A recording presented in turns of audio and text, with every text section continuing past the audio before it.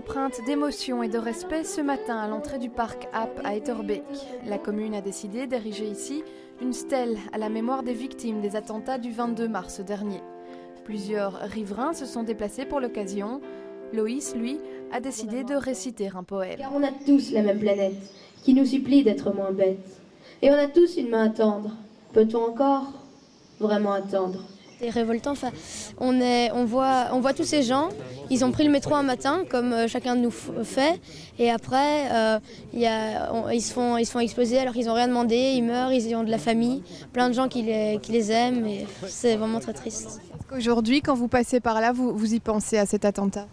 Oui, ça reste quand même pas d'une manière que j'ai peur ou quelque chose comme ça, mais il y a une idée qui a complètement changé, une idée fixe, que ça reste qu'il y a quelque chose qui a bien complètement changé. Malbeek, c'est à 50 mètres pratiquement de la commune et je dirais tout le monde passe par cette station de métro.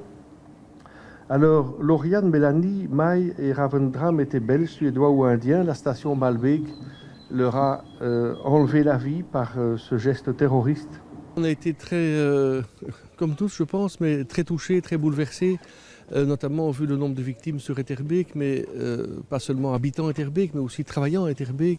Et donc vu le choc qu'il y a eu et qui existe toujours, on s'est spontanément dit on va faire quelque chose parce qu'on a envie de montrer quelque chose, on a envie de laisser une trace de cette douleur qui existe. Derrière la stèle, un arbre du souvenir a aussi été planté.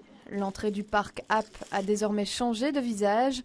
Une promenade dans ce bel écrin de verdure au cœur de Bruxelles pourra s'accompagner désormais d'une pensée pour toutes ces victimes de la barbarie, qu'elles soient etterbeekoises ou non.